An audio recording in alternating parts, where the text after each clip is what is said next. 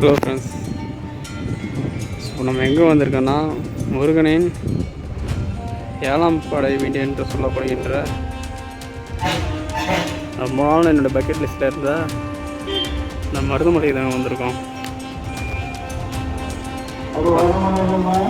மற்ற 6 படை வீட்டுக்கும் ஓரளவுக்கு போயிட்டாங்க. பட் இந்த மருதமலை மட்டும் ரொம்ப நாளாக மிஸ் ஆகிட்டு இருந்தது. ஸோ கோயம்புத்தூர் சின்ன ஒரு ஒர்க்கு வந்தேன். ஸோ நல்லா எதுவும் பார்த்துட்டேன். ஸோ உள்ளே போய் விசிட் பண்ணுவோம். தைப்பூசத்துக்கு முன்னிட்டு கோயில் பயங்கரமாக ரெடி ஆகிட்டுருக்கு.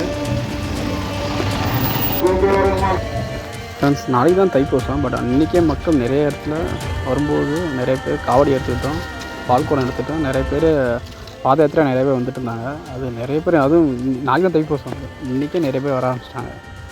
ஸோ அதுவும் நாளைக்கு தைப்பூசம் எப்படி இருக்க போதுன்னு தெரில. கட்டுக்கணக்காத கூட்டம் இருக்குன்னு நினைக்கிறேன். பார்ப்போம். ஆனால் தான் முடிஞ்சளவுக்கு நம்ம முதல் நாளே வந்து பார்த்துட்டு போகலான்னு இன்றைக்கி வந்துட்டேன்.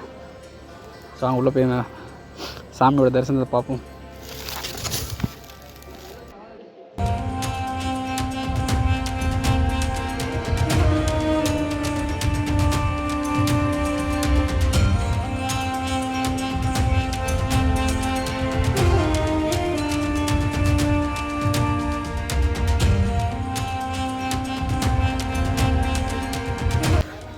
தைப்பூசத்துக்காக பாருங்கள், தேர்லாம் ரெடி பண்ணி வச்சுருக்காங்க சாமி ஊர்வலம் வர்றதுக்காக.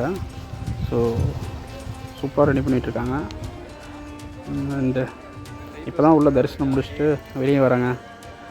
சூப்பரான தரிசனம் இருந்துச்சுங்க. தைப்பூசம் நாளைக்கு வந்தால் கூட கூட்டத்தில் அந்தளவுக்கு பார்க்க முடியுமா தெரில. பட் இன்றைக்கி ஒரு அழகாக ஒரு 60 நிமிஷம் 60 செகண்ட் நினைக்கிறேன். ஸோ அந்தளவுக்கு நின்று தரிசனம் பண்ண முடிஞ்சது. அழகாக இருந்தது பார்க்குறதுக்கும். பார்க்கும்போது ஒரு சில டைம் யாரும் கூஸ் பம்ப்ஸ்ன்னு சொல்கிறாங்கள்ல, மெய் செலுத்துதாங்க பார்க்கும்போது. அவ்வளோ அழகாக இருந்தது.